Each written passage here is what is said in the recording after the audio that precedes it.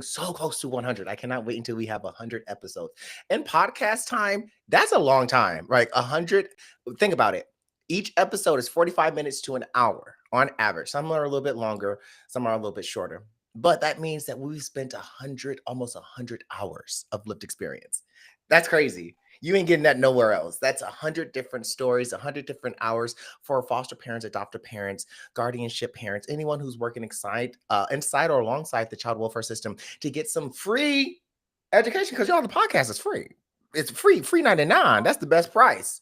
Free 99. So, like always, make sure you guys are sharing the podcast with your families and friends. Make sure you're following us on Spotify and subscribing. And also make sure you are listening on Apple Podcasts and leaving us a 1, 2, 3, 4, 5 star rating and review. We haven't had a review, y'all, since December.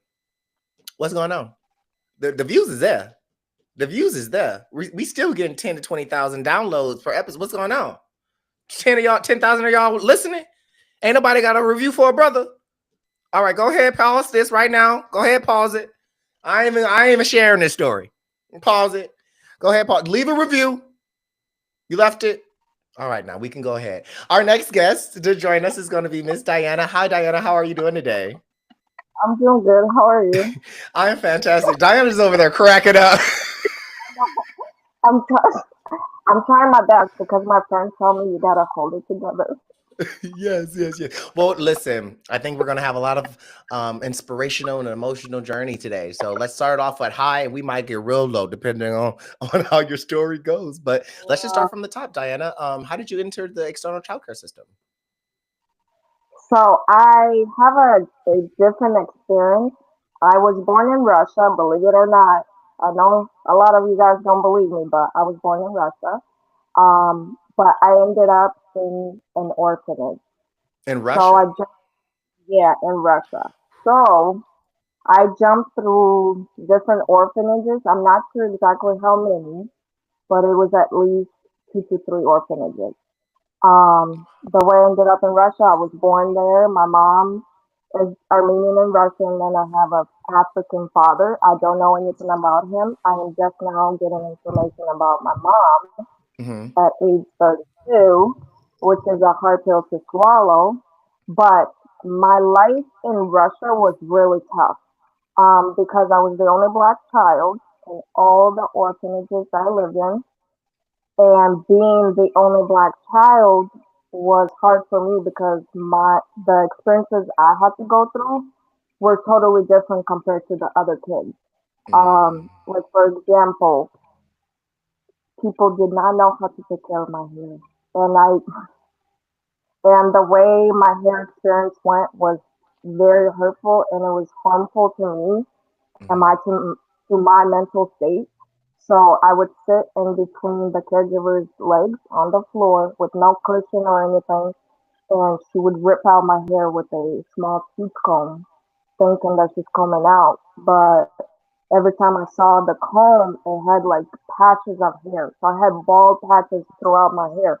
I had a little afro, and I was proud of it, but I couldn't have that either. Oh my So it's like that goodness. stuff. Yeah, so when I was going through the hair care, it was happening every week before bedtime, which didn't make sense because they weren't wrapping my hair, and I wasn't understanding why I had to get my hair ripped out of my scalp before Hmm. bed because we're not going anywhere, we're going to sleep. But then at the same time, I look at it right now, and it's like it's a bittersweet moment for me because it was a way for me to stay away from older kids that were abusing me. So it was a way of me to be kind of safe, but not exactly. Because when I was with the caregiver, the other kids, we were in a playroom and there were about 30 to 40 kids in the small room watching black and white TV, and I was in a corner sitting by And what myself. year? What year was this? It was like, from what my understanding, I remember my life between anywhere between 7 and 9. Okay. Before 7 and 9, I do not remember anything at all. Anything. I'm hoping that I was treated okay in the previous times, but yeah. So I was going through that every night before bed. Didn't know why, but it was a way like for me to stay away from the abuse I was experiencing with the older kids.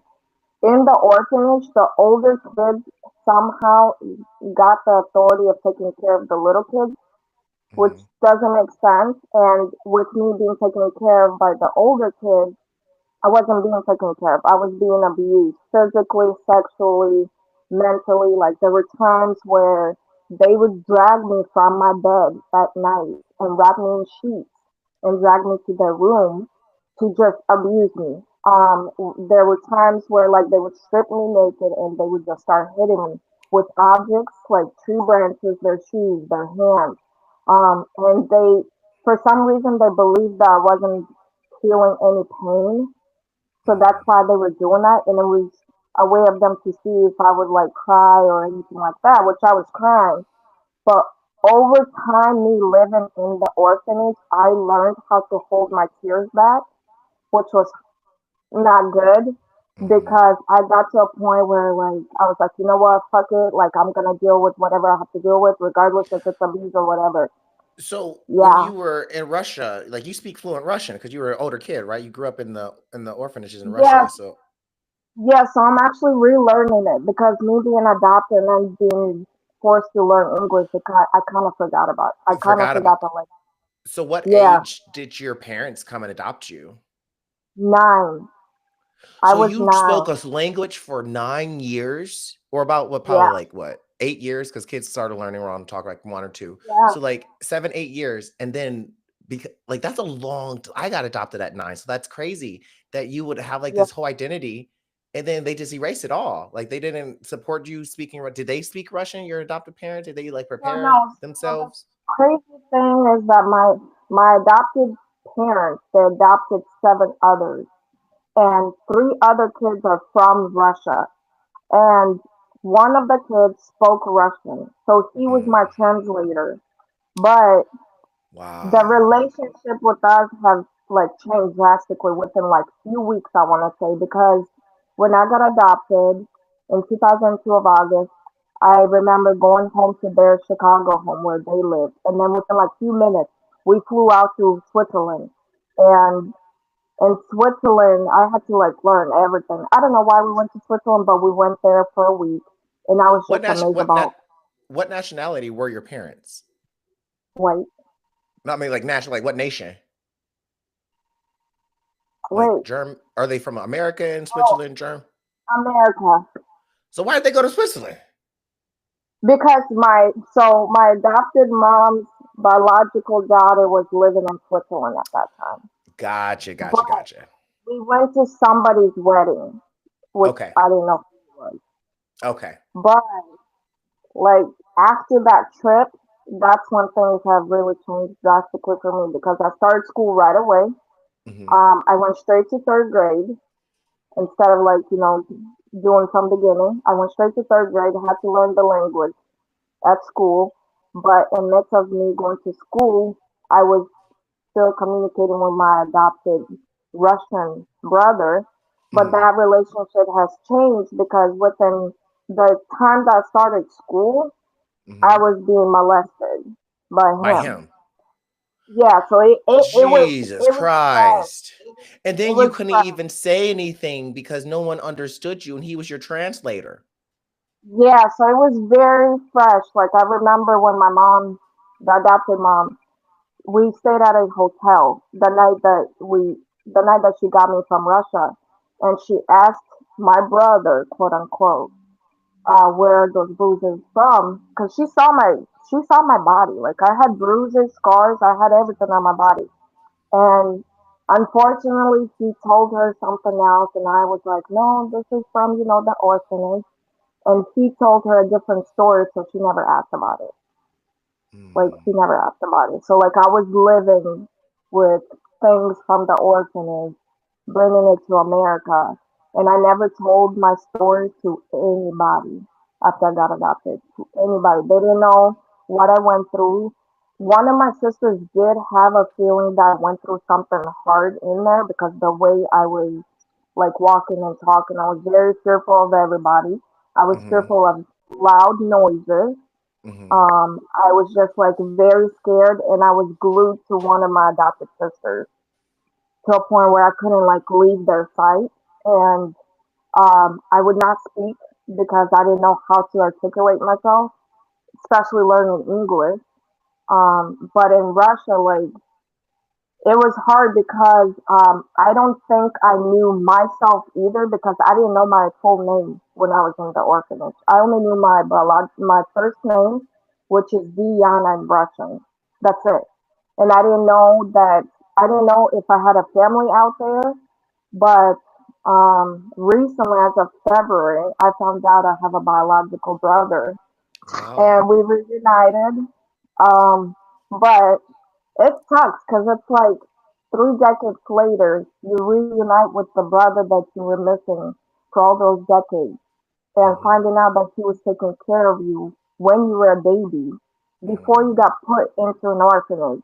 It's a So hard did pill to swallow. was he adopted as well? No. So he just No, stayed in so the orphanage his whole childhood, or what happened with him? this is the crazy part. I was the only one that ended up in the orphanage, and is the reason why I ended up there is because my biological mom's mom told her, you have to get rid of your two black kids, which is myself and my brother Jeremy, um, or you can't live with me. So that was the ultimatum that my biological mom was given in order for her to Mm. not be on the street. So I guess we were hopping to apartment within, within 2 weeks after I was born. But like shortly after I was born, I ended up at somebody's house, and then I ended up at an orphanage, and then I was transferred to a different orphanage in Krasnodar, Russia. Hmm. So my brother stayed with our aunt the whole time. And from what I'm understanding, he said that my grandparents used to visit me at the first orphanage. So Hmm. I don't recall because I don't have the memory. And did And and have you reunited with your birth mother or anyone besides your brother?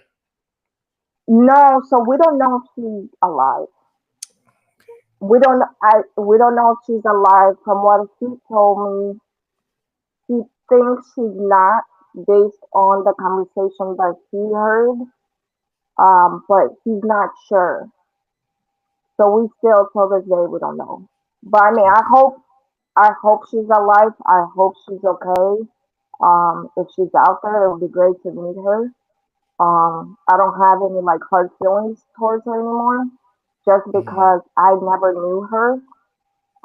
But then I also regained my brother, so it's like I gained something that I was looking for all these Yeah. years.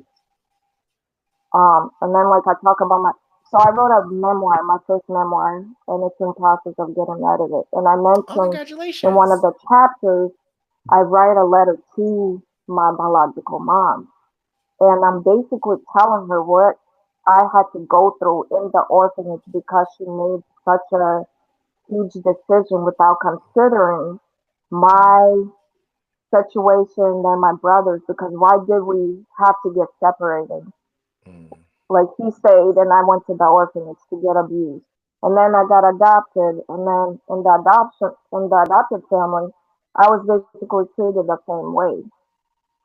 So what was the purpose of me being in the orphanage if nobody took care of me? Because there were times where like we only had oatmeal for breakfast, lunch, and dinner. We didn't have anything else. We had water. Your adopted home? No, in the orphanage. Oh, I said, In the God orphanage. damn.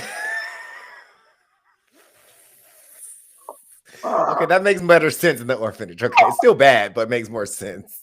No, yeah. So that was our breakfast, lunch, and dinner. Oatmeal. There were days where I didn't eat anything Mm. because they chose that for me. Like they would make decisions of what kind of punishment I would get. So I would go days without eating compared Hmm. to other kids. And then there were days where I would get crumbs of the nasty oatmeal.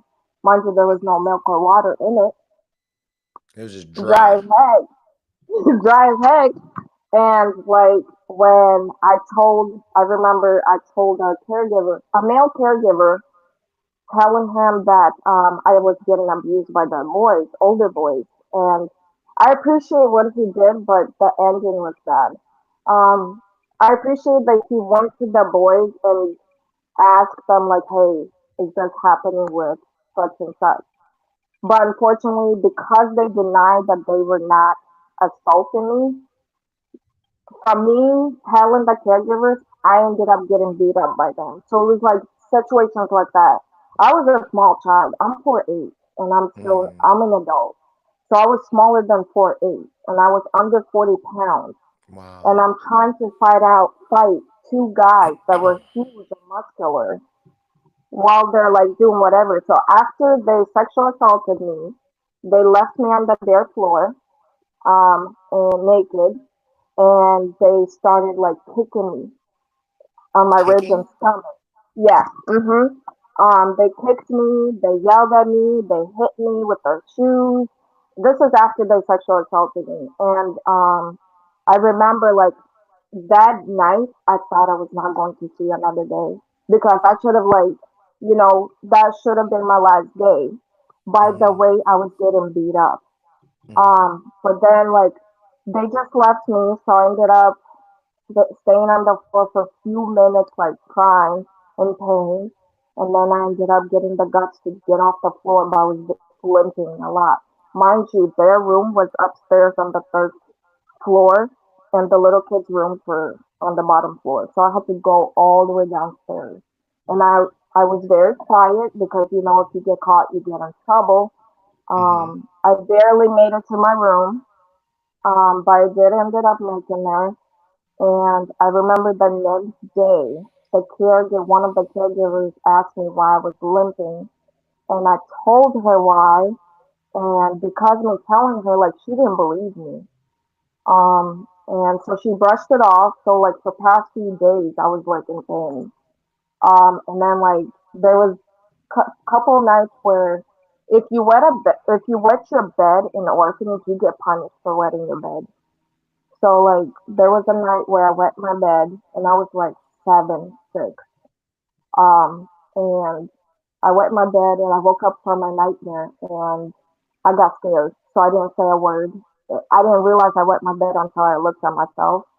Um, so the caregiver came in the room and she was like, "What are you crying for?" And I'm like, and I didn't say anything because I was scared. So she started yelling at me. So she stripped the blanket off of me and she saw that I wet my bed. And I was like scared as heck.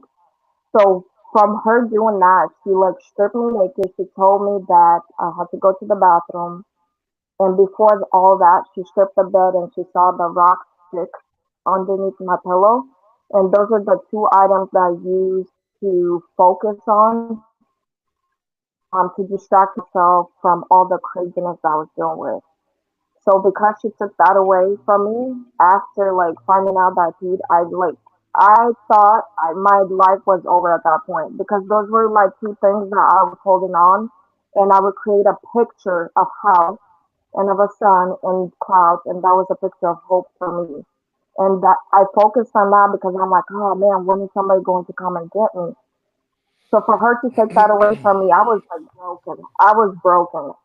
She told me to go to the bathroom, so I went to the bathroom, and she told me to turn the water on. So I had to stand under cold water. Um, and I was crying at that point because of the rocks and sticks, and then because I had to stay under the water. So I reached for the soap, and she told me, "Don't you dare touch it! Like this is not for you. You don't deserve soap. Don't use it on your body." So I wasn't allowed to get cleaned properly, and this was happening on daily basis. Mind you, we didn't take showers every day because of the orphanage that I lived in. They didn't have a lot of resources, so we were like in Mm-hmm. a poor orphanage, so to say.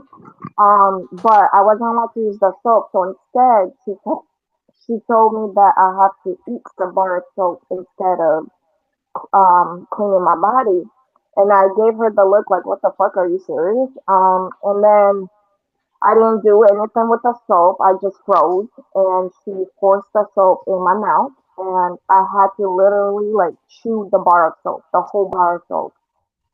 So I was doing that while crying, and then I was peeking the soap out, and it was happening for a few minutes, but it felt like it was forever. And she finally like realized that I wasn't going to do it, but I had to like swallow pieces of soap because I was forced to. If you disobey, you get in trouble. Like, No, my what do adopted you? mother made me. My adopted mother did the soap on mouth thing too, and I wasn't forced to chew it. I was. She would have me sitting with soap in my mouth for hours, so like I would chew it in spite, like just chew it up and just spit it out in spite, and then it gets stuck in your teeth, and it's just not a good Yeah, experience. no. So then like she finally let me rinse my mouth out, and I thought I was good. I can sleep in my bed, but I ended up sleeping on the floor. I went back to the room and she told me like you can't sleep on the bed because you keep the bed and you brought sticks and rocks inside. And I was like, oh man. So then what I would do, this was happening pretty often of me sleeping on the floor or me forced to sleep in the bathroom on the floor. I would sneak the blanket and pillows when they're not in the room. And then I would put it back on the bed. And I got caught of doing that. So I was like not allowed to use that. I got caught. I got in trouble. So because I got caught, they forced me to sleep in the bathroom on the floor. So I would sneak out of the bathroom to go into the room to just sleep for a few minutes. So all those nights that I had to experience that, I barely had any sleep. I barely got any sleep because I was like on the fight mode. Um, Yeah. like it was constant, and the things that they call me mm, is some things that we hear on regular basis for Hmm. Black Africans, us.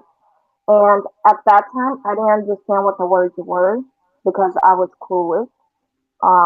I didn't know how to read in Russian. I spoke, but I didn't know how to read or write because we didn't have school in the orphanage. It was basically like a daycare. We didn't have school. We didn't like if we had toys, we had to share toys amongst all the kids. We had to share clothes amongst the kids. They would choose my outfits, but I was the last one to get anything to wear because I'm the bottom of the barrel. There were times where like I didn't even have shoes to wear. Um, and when we went outside, we would go outside in our underwear because it was so hot. Like it gets hot in Russia, like over 100 degrees hot, and uh-huh. That's So crazy. like yeah, it gets hot, brutal. Um, but when we used to go outside, I would play with the sticks and rocks, and I would create my little picture, and I would hide out from people because I'm just like, you're not going to bother me. Hmm. And I would get in trouble for hiding out, but it was my way of not being targeted by people, by the older kids and the caregivers.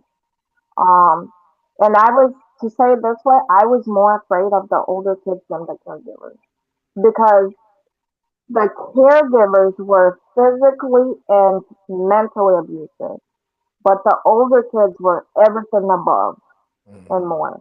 So it's like I was afraid of the older kids, and there was times where like I went outside, we went outside, and I stepped on a wood that had a huge nail on it, and it was stuck in my foot, bottom of my foot, and I was by myself because I was hiding out.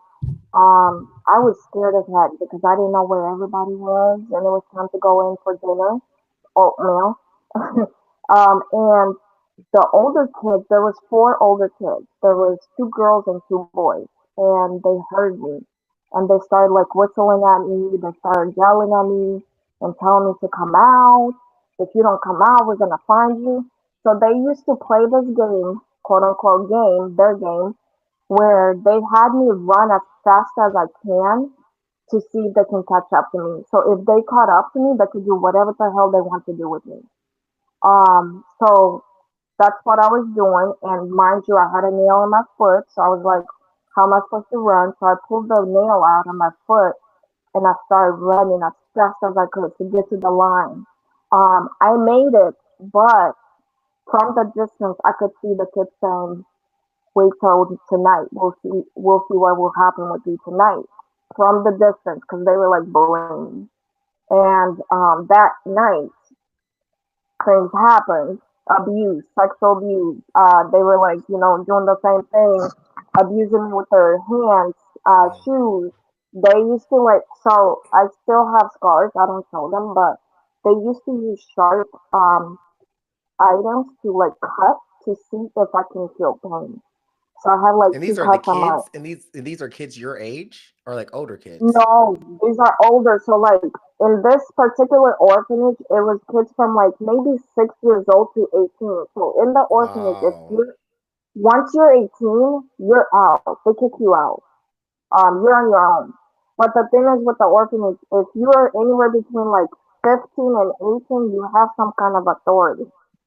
And also like the older kids, they recruit the younger kids too. Mm. So sometimes it could be anywhere younger from like 13 to 14, in their little quote unquote group, A doing group, whatever they yeah. have to do. Yeah. Yeah. So it was scary to live through that. I've never told a soul about anything I went through because it's like when you hear yourself tell the story, it just sounds crazy. It sounds crazy. Hmm. Like who's It does. it because it's like the stuff that happened. It's crazy. I tried to speak up for other kids, but yet I'm the one who got in trouble. Like I couldn't even speak up for them. I couldn't So, speak up for any of the kids that were my age. and you were the only black person in the orphanage your entire time? Wow. Yeah, there was no Wow. adults. There was no nada. Like there was a time where we were outside and I was playing with a little boy. He was my size, like very skinny. Everybody was skinny because we weren't getting fed enough. This little boy was like afraid to speak. Of course, I understand that. But that particular day, we saw a house like next to the playground, the field where we Hmm. were living. And there was a lady that was making food, and she was making dinner, and it was borscht. If you don't know what borscht is, it's a beet soup, and it's really good. You have to try it. Look it up on YouTube, find the recipe, and try it out. But Okay. she, she was making borscht, and she was talking to us, and during that moment, I felt seen. I felt like I was being respected. I felt like I was being considered into a conversation. So it felt really good. And she offered us a piece of bread, and of course we said yes. But because we took the bread, because we ate it, we got in trouble. But my For punishment what? was for taking the bread. But the crazy thing about it is that my punishment was different compared to the little boy. Like I'm not saying that he should have got what I got, but at the same time, it sucks because once I got in trouble, I got whipped with a wooden stick. Compared to him, he was told, "Oh, just don't take a piece of bread from a stranger." So it's Yeah. like stuff like that, where like, why are we not being treated the same way? Why are you going to extreme with me and to a point where you can break me? Um, so I got whipped with a wooden stick, and I was on the floor for a couple minutes because I couldn't get up. And once I got the guts to get up, we had to go in to eat. And I thought I was good. I was, okay, still limping and crying my eyes out. The caregiver told me to sit at a table by myself, and I was like, oh, whatever, okay, it's time out. Like I'm used to time out. I'm used to Hmm. being isolated. And while I was sitting at the table by myself, everybody else was surrounded because it's like a big cafeteria that we were eating in. And each table was divided by age groups and the caregivers. So there was like about, Mm. we would see 50 caregivers throughout the day, at Wow. least 50. Hmm. And because there was like over 200 kids in this orphanage. So I was sitting by myself, crying my eyes out, and within like few minutes, I want to say two, I see a caregiver with a huge bowl of bread, Mm. and she tells me like, you need to eat this, you can't leave until you finish the whole bowl of bread. And I'm like, what the hell is this? Like, I'm not used to eating this much food, and I'm not going to eat food under pressure. So I was forced to eat the bowl of bread. I couldn't leave until I was done, and that lasted over an hour. And I finally finished it, and I told her like, "Hey, I have a stomach ache. Like, I'm not feeling good." And she was like, "Oh no, you're okay. You're fine. You don't have a stomach ache." This is what happens if you take a piece of bread from a stranger. So like my health was just messed too, like where I would tell them I have a headache. I used to get a lot of migraines. Mm-hmm. And I would tell them like I have a bad migraine. I can't stand up. I have to sleep. And they would leave me in a huge room by myself. Mind you, this is the prime time for older kids to do whatever the hell they want to do. So there were times where I was left alone in a huge room of different beds, where we sleep. And the older kids would come and just like mess around with me. Like they would use the opportunity. So it's like every time I was trying to be safe, I wasn't safe. I You weren't was in safe. danger. Like I was in danger all the time.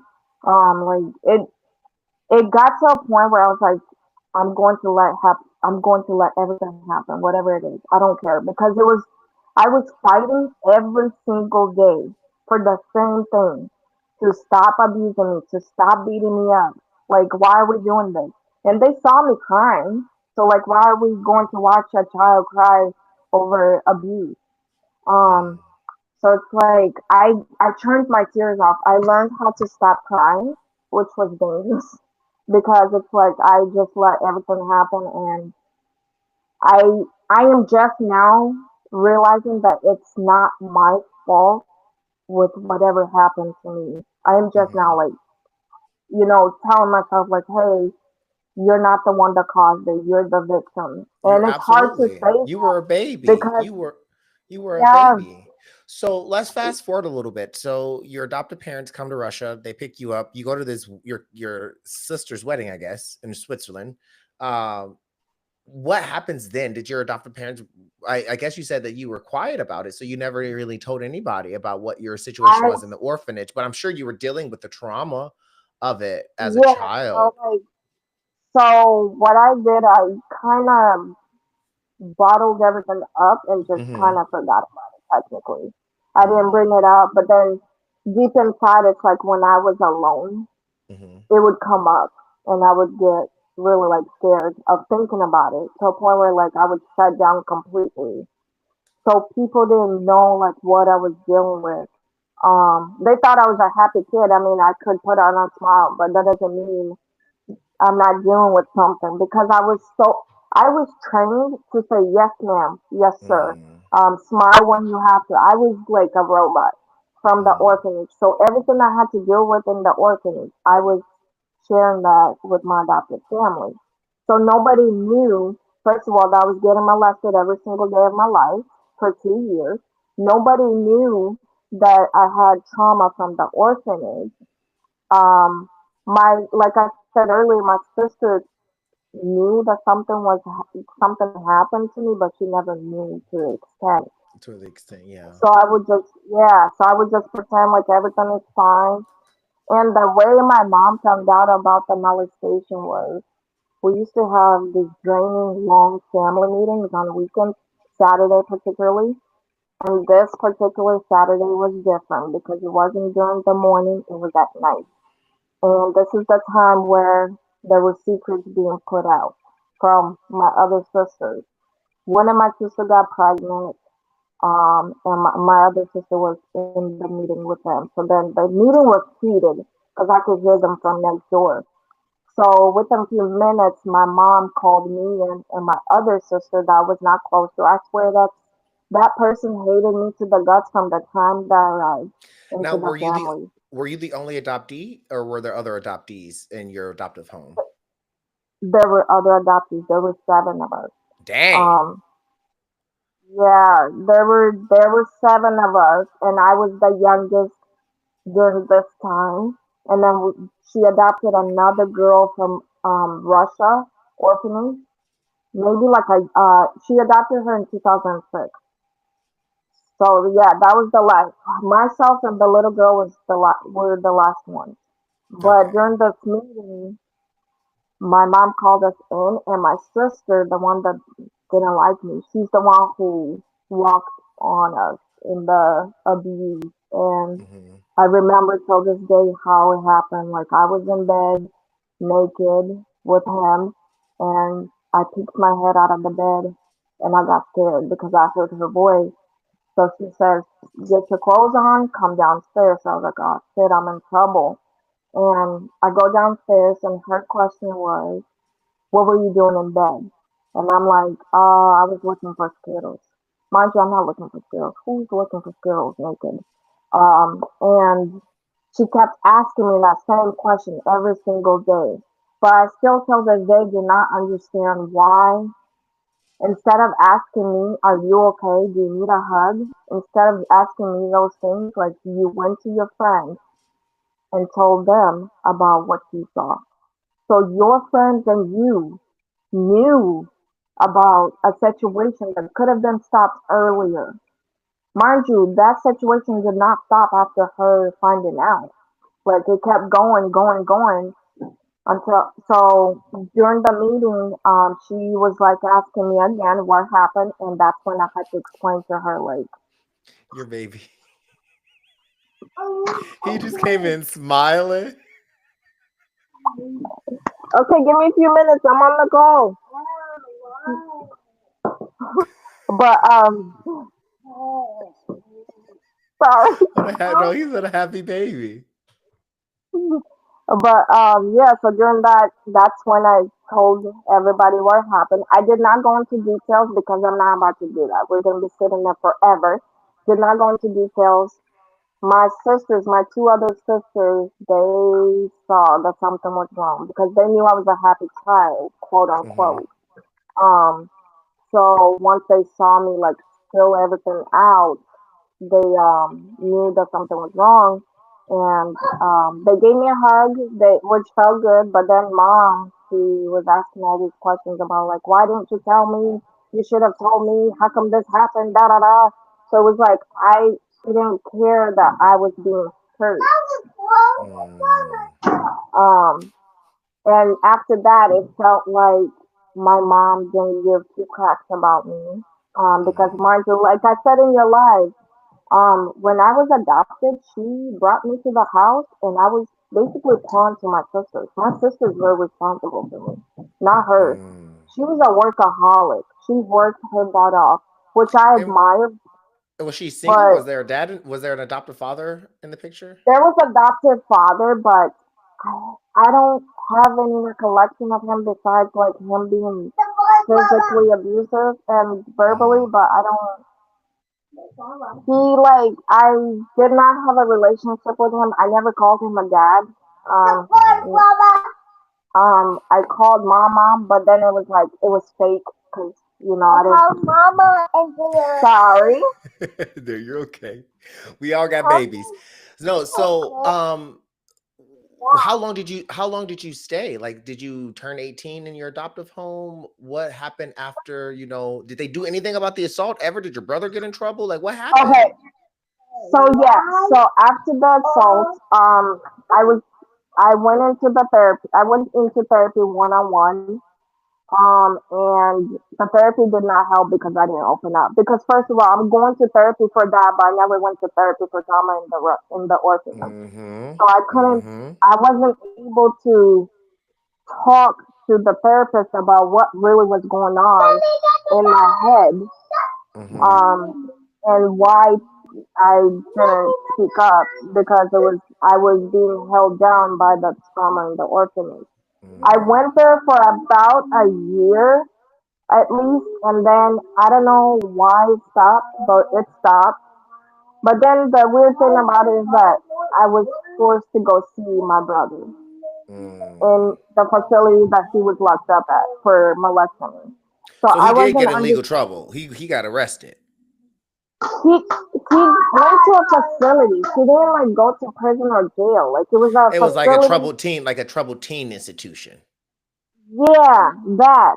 So he went there, and I had to see him face to face, and mom was like upset with me every time because I wouldn't speak to the boy, to the guy. And there were times where like I was sitting by myself and she was sitting with him on the opposite side. So it's like, why are you Mm-hmm. sitting with him but you're not sitting with me?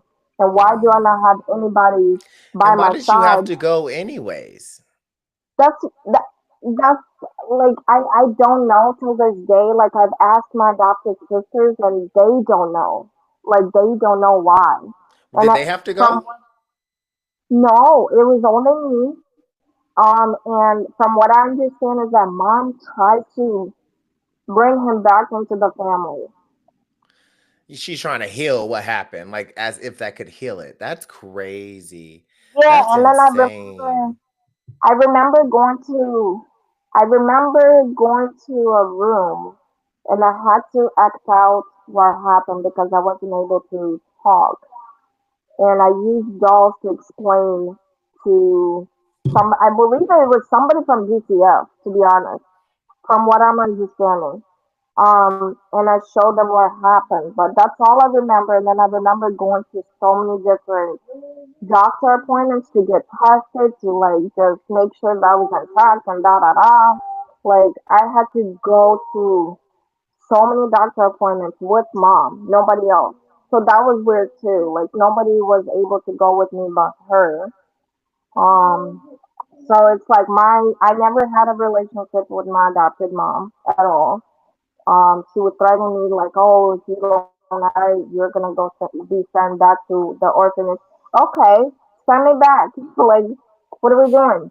Um, so it was that those threats happened when we moved to Colorado in 2008, and I was in eighth grade. Mm, And then she would tell me to go to my room. So every time I got in trouble, she would tell me to go to my room. So every time I went to my room, I would not eat at all because she would force me to apologize to her. And I'm not about to apologize to apologize. you when To eat. I'm not the one to cause any issues or to just eat. So it got to a point where I was used to it, and because I was going days without eating in the orphanage, so it wasn't a huge deal for me to go days without food in America. But it got to a point where like my younger sister was dealing with the same thing where she was getting in trouble, and what I would do for her, I would sneak food for her so she can eat because I was like, Mm, nobody's spending for her. No, I don't. No, thank you. Nobody's spending for her. Like, why are mm, we not going to treat each other like we're a family? mhm, Um, so I still tell this. So my adopted mom has passed away. Rest her mm, soul. But I have not dealt with the trauma from her. Um, because I'm just now dealing with the trauma from the orphanage. So I'm mhm, unpacking everything like right now while I'm writing my story. And it's hard because it's like I was able to forgive my biological mom faster than my adopted mom. mm. And I still don't I still have not forgiven my adopted mom. I am working on it. She passed away like it will be 2 years in August. And I got invited to her what is it? To her wake or whatever, and I don't think I'm going because I need to heal before I can Before you can go. deal with that, yeah. Like, yeah, because she kicked me out on Mother's Day, which Mother's Day to me till this day is a little salty. Because I'm a mom now. And she kicked me out on Mother's Day, and thankfully I was engaged at that time. And she refused for me to like get on my husband's insurance. She Wow. refused for me to get a job. She did not want me to drive. Till this day, I still don't drive, but I have to get over the fear. I wasn't able to work. Once she kicked me out, I was like, oh, whatever, I could get a job now. So I got myself a job at college. So I was taking 6 classes Mm-hmm. um, and working. And my husband is the one who was helping me, like, with getting a state ID. I didn't have a state ID for, like, the longest until I met my husband. And I was Wow. 21. And so stuff like that, like she prevented me from doing things, and it's a way of her control. Like I wasn't able. This dude. It's always when you're doing something. They be leaving you alone when you just in the house chilling. But as soon as you got on the phone, they want to be all over you. all of that. So It's okay though. yeah, so my mom was like, she was a hard working person, but I still to this day don't know why I was adopted. Because I just don't. Okay, don't Oh, choke me. oh, that's so adorable. That's so Um, Diana. So you don't. So do you still have relations with your siblings? Some of your siblings, right? Your adopted siblings. yes, I have relationship with my two favorite. Okay, with my two favorite sisters. I talk to them every day. And I don't. I talk to my youngest. I talk to my younger sister. My younger sister. Okay. I talk to my younger sister here and there, but yeah, I keep up with. But I talk to my biological brother every day, so that's I good. love that. I love. And do you still talk to what happened to Creeper? I don't talk to him. I haven't seen him. There's Do they still talk to him? Because that's hit their siblings too. They don't. They no, everybody didn't cut him off. everybody cut him off. Yeah, I don't talk to him. I haven't seen him. I think we have a restraining order too for him, like for us or whatever, Hmm. however that works. Um, but yeah, That's a that your story is so yeah, I see why you're writing a memoir. I see why you're writing a memoir because it is inspiring. It's crazy. It's also just like yeah, you just have so much light though. You remind me so much of myself, right? And just like yeah. your smile and your energy. Because this is like people see me and they're just like when I tell them my story, like I'm just sitting here listening to you, and I'm just like, oh my God, this is like this is this how I sound when I tell my story? because because to us you're just telling your story because it's just like second nature, just what happened. But like I'm just like, what Yeah, yeah, yeah. what so it really wasn't. I'm like, and she has like such a bright spirit, and like you definitely don't look like what you've been through, but that's exactly what people say to me. I know. I try to be thankful. Oh Lord, I try. I'm leaving. I try to be thankful. I try to be thankful for being adopted, even though it didn't turn out the way I wanted it to turn out. So Hmm. that's how I look at my life. Like, yes, I went through all that, and I went through more. You will find out in the book, but I think the things that I went through it has shaped me to a person that I am now, and I look Hmm. at life in a certain way where like I still feel like there's hope out there Hmm. for kids to get Hmm. homes, good homes at that. Hmm. For like people in general, like people that are struggling in their life. I hope that they find ways to cope with it Hmm. where they don't feel like they're alone. Hmm. Absolutely. And that's kind of And like that's why I do my work. That's why I have my platforms. This is why we have this podcast. I want people to understand that they're not alone. And sometimes when we have traumatic childhoods, it always feels like nobody's story could be worse than ours. But babes, there are people with worse stories. Because I just heard one. that's a But little Diana, snippet. thank you so much for coming on. I do ask every guest every week if there's one piece of advice that they would give an adoptee in their same situation. What's one piece of advice you would give a transracial international adoptee? I think the advice I would give is like if you're going to adopt somebody that's not of your race, please do as much research as possible. Try to put yourself in places where the kids can feel like they're being seen, where they feel like they're being heard, because a Hmm. lot of times we don't get heard. We get Hmm. brushed off, and I Hmm. think that it is important for everybody to find ways to cope with things that they're Hmm. dealing with, because everybody has a story to tell, like everybody. And if you want to share your story because your story might resonate with somebody that's dealing with similar things. Like Absolutely.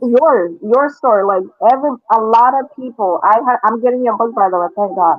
A lot of people can resonate with your story, or they see the real life that you had to live through, and people don't understand and know what other person went through until they really see until they their see or life. read. And I Yeah. appreciate that, and I appreciate you grabbing a copy, and I can't wait to read yours. So let me know. And if you ever need any help with publication, like, I have a whole consulting business with books. So if you need any, and I won't even charge you, because I'll just be like, listen, I'll put you on the game.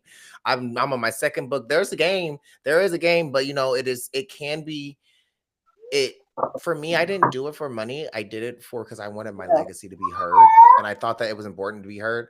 And I ain't gonna lie, the money did come with that too. The money did come with. Money came with that too.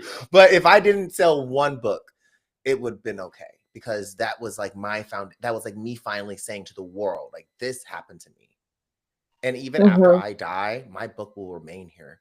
It'll Well, remain on roommate. bookshelves. It'll remain in libraries. That's my legacy. So I didn't go through all of that for naught. And I didn't want to go Right. through all of that and survive all of that and just like die and my story disappears. Right. Right. So I think it's Right. really important, for anyone, rather you're doing it just to have your book, or rather. And then here's another thing. If you do profit from your pain, profit and walk to the fucking bank. I hate when people, oh my God, you're rage baiting, you're profiting off your pain. Yeah, yeah. So many other people profit off my pain, so I might as well make a couple dollars while we at it. Y'all ain't got no problem with these agencies making 60, 70, $80,000 off our body. But bitch, I can't ask for 19.95 for a soft cover book. Yeah, but that's Now true I'm though. now I'm a grifter because I'm selling my own story. So please be inspired. Please write your book. I cannot wait to read it. I cannot Yeah, wait to read it. it took a long time for me to like come to terms to write it. And I started writing in January and I Okay. didn't finish So it out. this is some advice I would give to you right now. Don't even worry about like the publishing part. That'll all come later. That'll all come later. Right now, give yourself, because you're a mom too. You get busy. You got work. You got everything. Dedicate a page to yourself a day. Even not even. Sometimes you can only do like a paragraph, but work on it every single day for 30 minutes. That's what I did for both of my Yeah. books. And then sometimes you have to take a break, because there are some times where I was talking about some really tragic stuff, and I was like, I So need to take a couple of days. Or I can't do it. yeah, And so I that had and to do take that. a whole week. I had Yeah, to do take a whole take those breaks, because what happens is if you try to force yourself through that writing, it's not going you're gonna it's not gonna come over. It's not gonna come across the way you want it to come across. And then it's gonna be, Mhm. that anger, that frustration, that fight or flight. When you're writing, you want to be in a healed position where you can tell the whole truth. Because a lot of the times Right. where I found in my book is like when the things like when sexual assault or homelessness or like any bad thing happened to me, if I tried to force myself through that writing, I wouldn't get as detailed and descriptive as I should have, because that's me just trying to be like, all right, girl, I was raped and move on. No, no, no, no, no. What was the sight? What did you smell? What did you feel? What did you see? And you really have to sit in your moment of Yeah. trauma and be like, what color was the sheets? Were there pillows on the bed? Right? Mhm. And that is Mhm. what's going to make a grappling memoir, because it's the details. But a lot of people don't want to focus on the details when it pertains to their trauma, because that's literally just sitting in your trauma. Like unpacking your brain, like, no, was the light on or was the light off? Now, did they rape me once or twice? Like, You did not. no, but it's real. It's real. That's what you gotta do. But no, I'm super excited, Diana. Thank you so much for coming on the podcast. And Light Shatters, like we say every week. And like Diana said in her experience earlier, y'all share your stories.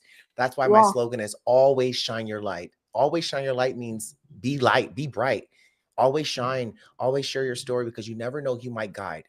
Always shine your light, because you never know who might be in a dark room, and your light might guide them out of that dark room. So, listeners, we'll see you guys for the next episode. And Diana, thank you again. Thank Is there you. any place, social media, Oh, website, any pre-order? What can we do to support you? Where can we support you? so I'm in process of editing it right now. It's not even out. Okay. I'm doing the second draft and oh boy. Oh my. Or do you have any social medias that you want people to kind of Yeah, like so follow you? I'm I'm on TikTok. I join your lives every week. I'm on TikTok, I'm on Instagram. You And what Tara, is you that? What's the at your username? Diana Draws. Okay. And On my spell that out for the listeners. DianaGraws. Is that how you spell it? Diana Draws. Perfect. Yep. Well, I will put it also in the show notes, guys, so you guys can follow Diana. And I cannot wait for that book to come out. So definitely, when you get the editing done and the publishing done, y'all make sure you follow Diana. And Diana, thank you so much again for coming on the Thank War to the you State for having podcast. And we'll see you next time. Okay. me. Thank you. Awesome. That was